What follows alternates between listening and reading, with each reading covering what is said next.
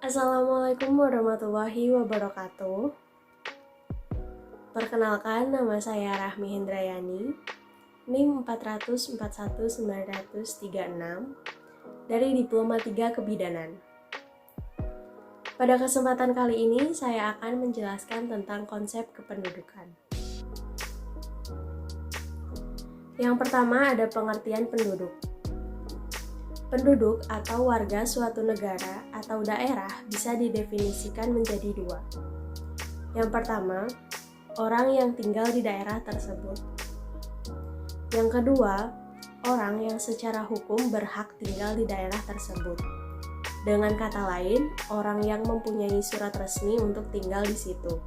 Misalkan, bukti kewarganegaraan tetapi memilih tinggal di daerah lain. Dalam sosiologi, penduduk adalah kumpulan manusia yang menempati wilayah, geografi, dan ruang tertentu. Yang selanjutnya ada dinamika kependudukan.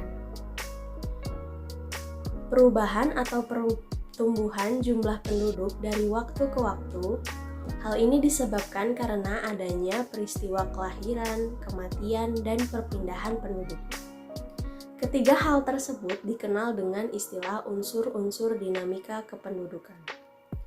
Pertumbuhan penduduk secara umum dapat dibedakan menjadi 3 macam, yaitu pertumbuhan alami, pertumbuhan migrasi, dan pertumbuhan penduduk total. Yang ketiga ada faktor-faktor yang mempengaruhi kependudukan. Secara umum, ada 3 faktor utama demografi yang mempengaruhi pertumbuhan penduduk. Di antaranya, yang pertama, kelahiran atau fertilitas. Kelahiran adalah istilah dalam demografi yang mengindikasikan jumlah anak yang dilahirkan hidup. Atau dalam pengertian lain, fertilitas adalah hasil produksi yang nyata dari fekunditas seorang wanita. Yang kedua ada kematian. Kematian adalah ukuran jumlah kematian umumnya karena akibat yang spesifik pada suatu populasi.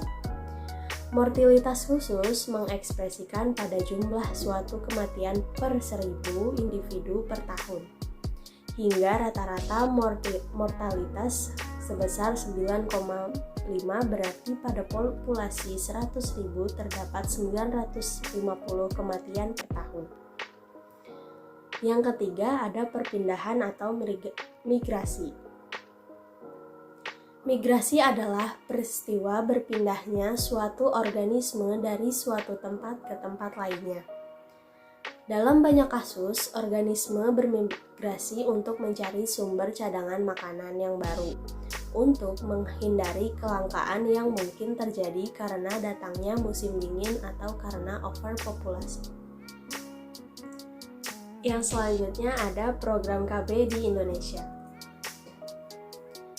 Upaya peningkatan kepedulian dan serta masyarakat melalui pendewasaan usia perkawinan atau PUP, pengaturan kelahiran, pembinaan ketahanan keluarga, peningkatan kesejahteraan keluarga kecil, bahagia, dan sejahtera. Bagian yang terpadu atau integral dalam program pembangunan nasional bertujuan untuk menciptakan kesejahteraan ekonomi, spiritual, dan sosial budaya penduduk Indonesia, agar dapat dicapai keseimbangan yang baik dengan kemampuan produksi nasional. Departemen Kesehatan tahun 1999. Yang selanjutnya ada tujuan program KB di Indonesia. Yang pertama, membentuk keluarga kecil sejahtera sesuai dengan kondisi ekonomi keluarga. Yang kedua, mencanangkan keluarga kecil dengan cukup 2 anak dan mencegah terjadinya pernikahan di usia dini. Yang ketiga, menekan angka kematian ibu dan bayi akibat hamil di usia yang terlalu muda atau terlalu tua atau akibat penyakit sistem reproduksi. Dan yang keempat, menekan jumlah penduduk serta menyeimbangkan jumlah kebutuhan dengan jumlah penduduk di Indonesia. Yang selanjutnya ada sasaran program KB. Yang pertama, secara langsung. Pasangan usia subur yang bertujuan untuk menurunkan tingkat kelahiran dengan cara penggunaan kontrasepsi secara berkelanjutan. Yang kedua, secara tidak langsung. Pelaksanaan dan pengelolaan KB dengan tujuan menurunkan tingkat kelahiran melalui pendekatan kebijaksanaan kependudukan terpadu dalam rangka mencapai keluarga yang berkualitas dan keluarga yang sejahtera. Sekian presentasi saya hari ini. Saya mengucapkan terima kasih. Wassalamualaikum warahmatullahi wabarakatuh.